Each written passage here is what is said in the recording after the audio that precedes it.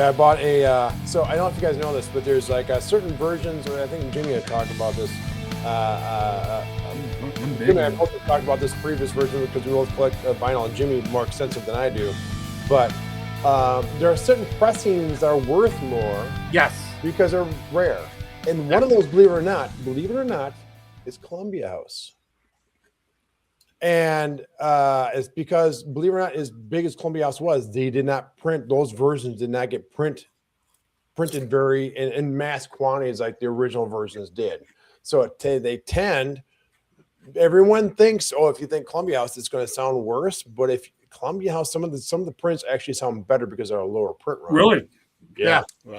For anyone or just Prince or? Oh, just no, I'm saying print run, anybody. Yeah. Anyone. They had pressings done just for them. Yep. Wow. Yep. And they were done at the same pressing houses like Columbia Records. Okay, they had their own pressing as well. They had a couple different places where Columbia Records were printed, just their records alone. But then Columbia House, when they printed theirs, they printed their own. And the only way you can tell is at the print houses where these things are being printed at. They have every one of them has a specific either 2-letter code or a symbol. In this case, would designate this was printed at Columbia House, or this was printed at this print house in California. This one was printed in Oregon. So, yeah. So this is going to Dink's 30 addresses in Peterborough. Yeah. Exactly. All porn stars and hockey players.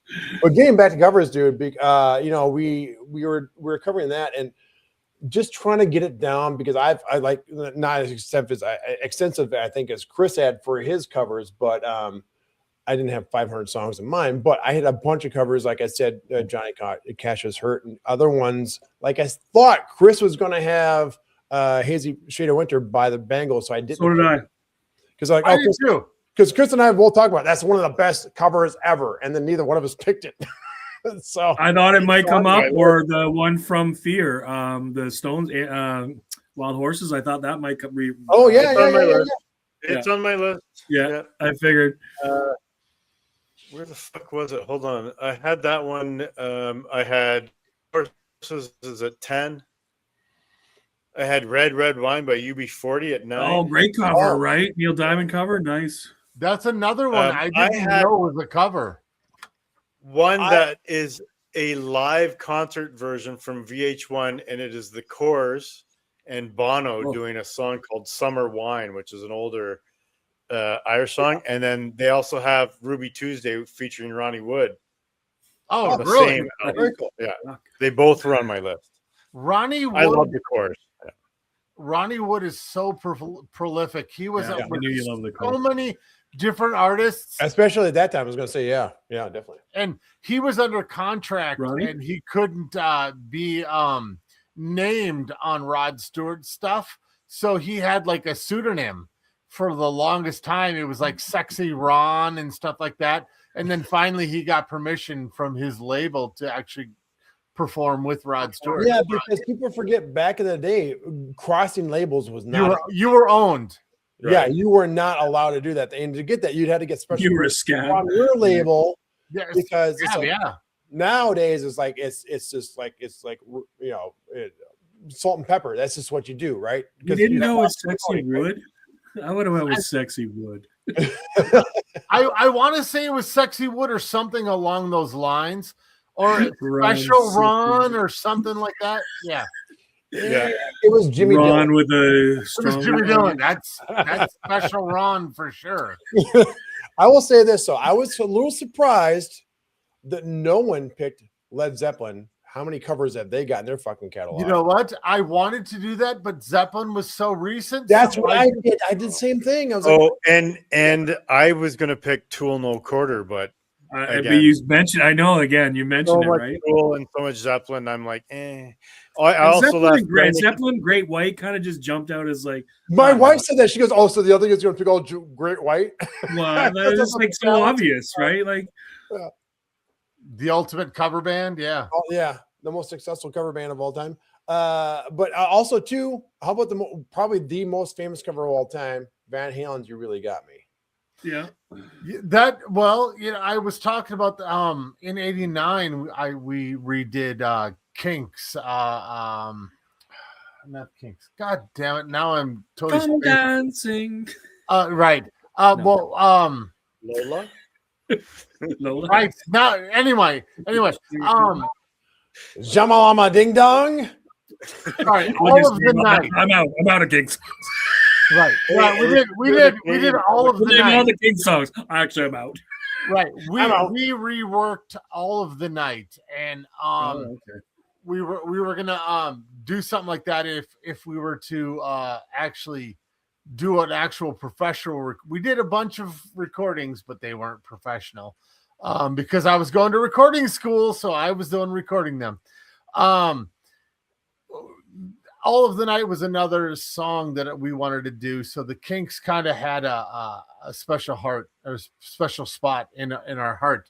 And Van Halen, that should have probably been mentioned because it was such a groundbreaking song. That was my whole segue there. Sorry. Mm-hmm. Yeah, I'm shocked it wasn't mentioned.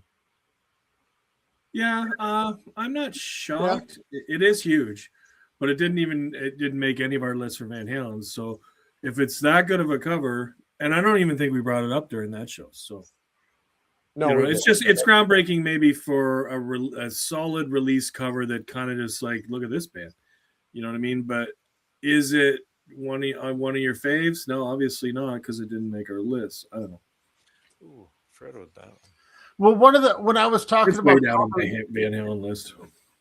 When I was talking about covers with Jenny, she's like, well, there's like the most ultimate cover ever, and it's Harry Nilsson. I can't live with living is without you, and I'm like, that's a great cover. It's not in my silo, I guess. Well, right. I thought one of the covers you would have, Jimmy, would have been the Winery Dogs' "Love Is Alive." Oh, it was on my short list. Even my wife, That's scary, right? Too, isn't it? My wife loves Winery Dogs. I've watched for that. He's one of the best singers I've ever seen live ever of all time. Yeah, but that was on my short list as well. But I'm surprised or even Mr. Big. Mr. Big's got a couple covers as well. Well, I was just going to talk about that. We talked just the other day about live performances and studio releases. There was a song that I had on a list. It was like in the top 20, and it was their version of Baba O'Reilly, but it was only released on their live video. Correct. Yes. It wasn't even on an album. It was just no. And a DVD extra. It was part of it was a re-release. They released the live video for Lean Into This, and it was their live tour, and it was part of the remember back when you bought a CD and you would have a DVD that would be attached to it? Yeah, they did that with their live tour. Like, does anyone have a player? No, they're $800, man. I don't have a fucking player, right? Yeah. They'll come down in price this way. Baba O'Reilly was part of that, and they do an amazing job on Baba O'Reilly. I wasn't sure who would have this song, but I was like, okay, this song was really big when it was out. It sounds very similar to the original, but again, very 90s, very updated. But Ugly Kid Joe's "Cats in the Cradle." That's a great cover song. Yeah, my wife was the original though. I prefer. She was kind of a little annoyed that I wasn't in my top 4, but great cover song, man. Not an Ugly Kid Joe fan. Yeah, I was never a huge Ugly Kid Joe fan. Okay, so question then for you guys, for you two specifically, Ugly Kid Joe or Pretty Boy Floyd? Which one? Which one you pick? Pretty Boy Floyd. Kid Joe. Because I don't even know what Pretty Boy Floyd is. Yeah, I know. I can name Ugly Kid Joe songs. I can't name any Pretty Boy Floyd. Well, how Pretty Boy Floyd broke was doing a cover of Toast to the Town, Motley Crue. Really? Yeah, we talked about that. Yeah, we did. We did in the previous show. In the Motley Crue show. The Motley Crue show would make the most sense. Because they were throwing out 45s, and the other side of the 45, if you remember, was... I don't. Dr. Feelgood? No. It was now I'm fucking losing it. because we've been so many shows past. But they couldn't afford to do cassettes at the time period before they got signed, and they were throwing 45s. And That's expensive back in the day, yeah. yeah, Toast. So they did a bunch of 45s, and it was Toast of the Town and Thrill something. It was released on the Motley Crue, or not Motley Crue. Something from Too Fast for Love. Yes. No, okay, yeah. Stick to your guns. Stick to your guns. Thank you. I was just going to look it up. There it is, the encyclopedia. Come on. Well, no, because I was Dr. Feelgood. I don't know what the fuck I was talking about. Yeah, it was the B side of Toast of the Town of that 45 they threw into the crowd. And then Pretty Boy Floyd's manager found it and said, "You guys are going to do this." Right. Okay. Nice. And it's way How better. How close were any Disturbed covers? Anybody close? No. Oh yeah, I had 2. My wife brought up And I had In the Air Tonight by Nonpoint was on my list too. Yeah, no, I love that, man. Oh, good call. The only reason it didn't make my list, and I'm sorry, Rob. Rob is a friend of mine on Instagram. Is the drums. They don't. But it's a good cover. Rob is the drummer. Yeah, Rob is the drummer of that band, and they just don't stand up. I'm sorry, Rob. Yeah, Gina brought up Atlantic Confusion by Disturbed. She's like, "What about that one?" I'm like, "It sounds like the same thing, only heavier." And I'm sick of Disturbed. I like it though. I like the time. Now I could not listen to Disturbed ever again. I'd be fine with it. Shout and Sound of Silence were closer than Land of Confusion for me, or Shout 2000, I guess you could say. Yeah, well, again though, they put their own spin on that song. But Land of Confusion was kind of the same thing, only heavy. Yeah, right? The same thing. They did Living After Midnight by Priest too. That's the same thing. But I had Frente, Bizarre Love Triangle. that is a great cover, and I know that song. It's good. Okay, Yeah, it really is. they were like. I had Hell Yeah. Hell yeah! Oh, Yeah. Don't care anymore. Hell yeah! Yep. I had that. Yeah, love it. That's really good. Yeah. Oh, so I didn't good. have that on there. I forgot about that. I forgot about it too. I didn't know. I had You Keep Me Hanging On by Vanilla Fudge. Nice. Yeah. Oh, yeah, I didn't think about that. Yeah. Yeah. Wow. It Nice. was way down, but I was. I see. I would have had Kim Wilde probably. That's so funny because I was just gonna say Kim Wilde. Yeah, that's very grade 9 for Chris Yeah. and I loved that. It was so good. I also found a Silver Suns pickup cover of Toy Soldiers. Really, Martika? Martika. Yeah. I Wow. love Martika. Oh, Eminem. Oh, Yeah, exactly. Yeah. Isn't there a Prince? It's Martika, tie-in with dude. Martika? Okay. Yes. Okay. All right. Did you So watch Kids I was gonna Incorporated? say, but the irony is, Prince wrote the song "Martika's Kitchen" for Martika, Right. Okay, I knew there was a Prince tie-in, but I couldn't and remember. he had played some instrumentation, I think, guitar on that album and other songs as well. Yeah. The one my wife kept on bringing up, which is great, but I had a hard line saying no live stuff, and she didn't know when I did the cover of the song that I took her vocal from a live version, which was Elliot Sumner's version of The Chain. It's again, if you listen to her, go on YouTube because it's just her when she was known as I Blame Coco, and it's her and her guitarist playing acoustic guitar. So fucking good, just a song, completely stripped down, very soulful, so good. They're very good at singing. Period. Like I said, they're like the a second version of their father. So yeah, check it out if you can on YouTube. Called the acoustic version of The Chain from Fleetwood Mac. So I had one. I don't know if you guys have heard this, but the artist is Ella Eyre or Ella Eyre, and the cover is Jermaine Jackson. We don't have to take our clothes off. Slow, kind of not totally stripped down, but much slower version. Much slower, yeah. Yeah, we don't have to take our clothes off. Yes, we do to have a good time. That's the whole point. Yes. Getting hot in here. Well, to follow up both of those, Take off. Oh yeah, that should be a remix, right? about The Chain, I had Shark Island, The Chain. I've talked about this a couple times. Yeah, you have. Yeah. I had that in one of my first versions of the list. And then the other thing is, Chris, as I wore Fleetwood Mac because I thought you were going to talk about Landslide. Landslide, yeah, we thought that was going to be on your list. Yeah, Left when you it were off, when and you were we're gone the good. one time, we are like Landslide and then Hazy Shades on his list. Yep, We for did sure. we did Pumpkins, we did Fleetwood Mac, so I didn't even look at Landslide. Right. But it's not probably wouldn't have been in my top 4. Oh, really? Okay. You talked in so my- glowing of it. So Yeah. Yeah, we all thought you were picking those 2 songs. In my disclaimer, I mentioned that I had one song that I kind of wanted to get in here that was much like Jimmy and Bob, and it is Pearl Jam "Crazy Mary." She released it, even though Victoria Williams wrote it.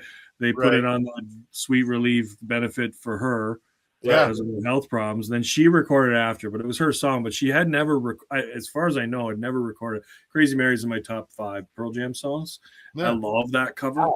So it was really close, but I'm like, does it fit? Well, it's kind of like Jimmy doing Bob and then Bob doing Jimmy.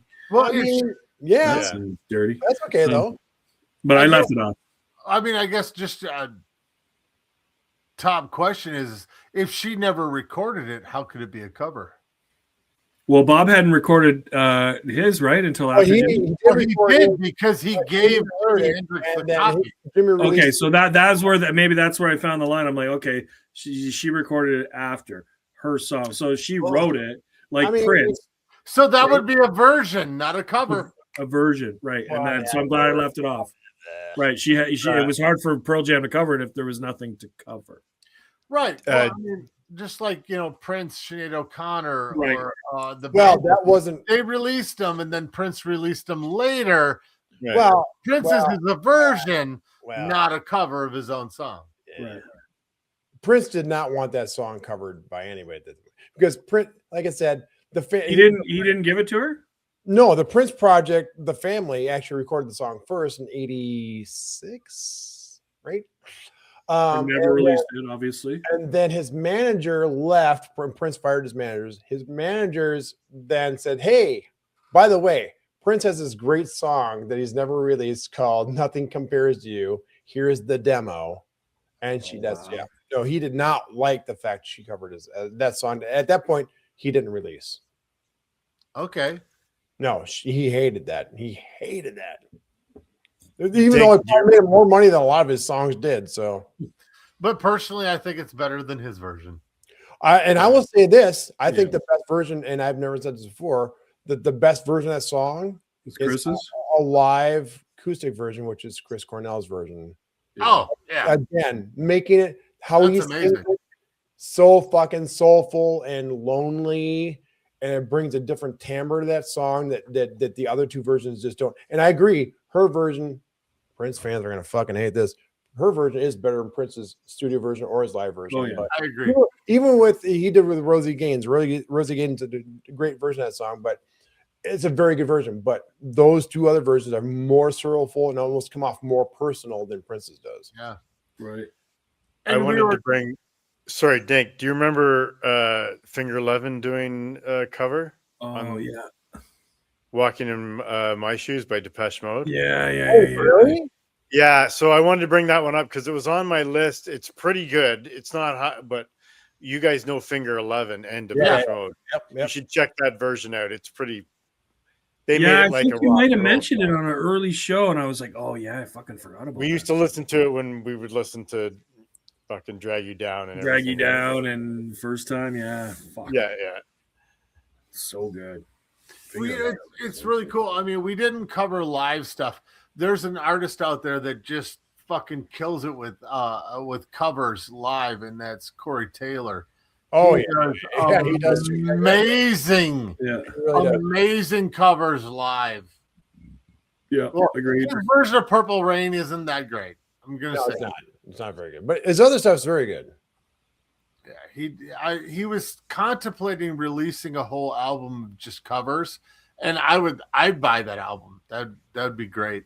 Well, Hailstorm had 1 or 2, maybe. Did a bunch, yeah. We've had Yeah, a bunch. Oh, She that did, was on like- my list too. The duo that she did with him. Fucking Oh, Give Me with- Shelter. Oh, that one. I was thinking of Daughtry with Separate Ways. Wait. No, I was thinking Give Me Shelter was on my short list. With Who's she singing that with? Because I need to find that. Stone Sour. Oh, it is Corey Taylor. Yeah. Fuck. I'm writing that down because that's the first thing I'm gonna do. Yeah, Number 15 on my list. great voice. Yeah, she's awesome. Like her Out to Get Me by GNR and Shoot to Thrill by AC/DC. They're good. They're solid. Oh yeah, It's cool to hear a girl singing it, right? Like, yeah. And their band's wicked, right? Like she rocks. Oh yes, yeah. I've seen them live. Have They're- you? Yeah, really, really good. Yeah, she's Always fucking on cool. my mind by the Pet Shop Boys. I had that. Yeah, on. now that's a nice Oh pull. yeah, that Willie was on Nelson. my short list. It was, yep. Didn't quite make it. Just same thing. It was right there with Def Leppard's version of Personal Jesus. Oh, I've wow. never heard that. Def Leppard. Yeah, it came out in there and like 2018, 2017, right around there. But they play it live all the time and they do it very, very well. It's Ooh, I I was had like, Easy Personal Jesus. by Faith No More. Easy by Faith No More. I thought Oh, Faith yeah. No More might. Yeah, that That was was like my number short 5 list. or 6 for me. The only reason why I left that one off is because like it's very fucking good. I prefer it more than the original, but it's along the same lines. And mine was trying to be like, okay, is it better than the original? Well, I like left it it. out because I've talked about it like 3 times. Yeah. And like I said, I do prefer it, but it's kind of the same. They're both produced the same way in the same genre, if you will. There's a bunch of heavy ones, right? Like Shock the Monkey by Cold Oh. Chamber. Yeah, It was awesome. Life of Agony, Don't You Forget About Me, Wicked Game by him. There's a bunch of cool heavy ones. Or Oh, Seasons him did After. that, really? Yeah.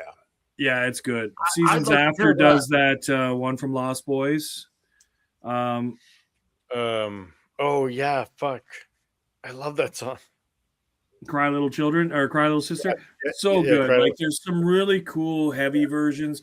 But like you said, Joe, sometimes they don't take all that many liberties. They just do it in a heavier Yeah, they changed the version, key. which is still cool, right? Especially if it's a pop song or any kind of mellow pop song, and then you heavy it up. That's cool. Just like it's something that's kind of midstream, main, or heavier, and you strip it down. That's cool. It is a change, right? It's just a different kind of change, right? I mean, and like I said before, I think, and I was told a long time ago, many years ago, before I started writing music, from somebody who wasn't famous, but he was like, "Hey, man, a song is good if it's stripped down, just acoustic guitar and vocals, and that's all you got. You know the song is good. right. You can add on to that." And you know that's how so many songs are written to start with, right? Yeah, Before you yeah. ever get Right. Yeah. Vocals and add piano or everybody else in. guitar. Yep. Well, the thing about simple music is I'm going to use John Mellencamp as the example. Is Wait. Is he related to John Cougar? yes, they're distant cousins. They're third cousins They to see? Andy Gibb. Third cousins to Andy Gibb. But like John Cougar, John Mellencamp, whatever, is when you write something simple Whatever. and basic, Yeah. there's no room for fuck ups. It has to be right there because when you mess up on something simple, it is insanely easy to see. Yeah. Yep. And that goes back to like something like we talked about in previous episode. I hate to bring it back to Prince, but when Susan Rogers talked about Prince wrote a very simple song called "When Doves Cry," and he kept on layering orchestration and bass and guitars and blah blah blah. And she's like, he wasn't happy, and then all the rest of the night he just kept on stripping tracks away to the point where it was just vocals, drums, and keyboard and a guitar solo. I mean, Well, when he pitched it to, what did he not pitch it to Stevie? no. Are you Purple sure? Rain? Purple Rain, Purple Rain. I'm talking about When Doves Cry. Oh, sorry. When Doves Cry is stripped down just to baseline. I thought you were talking about Purple Rain. vocals. No. Purple Rain, he presented to her. He called even Neil Sean and say, "I think I ripped off one of your songs. Does this sound like one of your songs?" Neil Sean's like, "No." And yeah, but that's a different story. But when it comes down to When Doves Cry, it's like building that song up You're too tight. and then realizing this is way too much and then cutting it back down, almost back down to vocals and guitar, right? I mean, that song is pretty stripped down. Right. That's what you hope to achieve because if it sounds at its simplest the best, how far before you start overproducing it, right? Right. Yeah. Was Neil's jeans really tight? And Prince is like, I can see. Odds are I can probably see your balls, Neil. odds are that was everyone in back then, right? I don't think we need the Canadian Public Service announcement anymore. Well, anyway, let's talk about some Canadian covers. It was going on all through TV. I made a comment a couple of times and nobody caught it. God damn it! I You're like- tried. Nobody fucking listened. Now I gotta zoom everyone in so you don't see that shit. You're like, Damn it!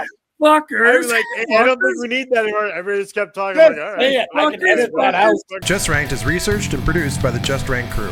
Editing and mixed by Joe Burkle. Socials and marketing by DJR Media Services. Theme music by Blue Joker. If you're enjoying the show, please set your podcast app to download new episodes and help spread the word by leaving a review and tell everyone you know to listen.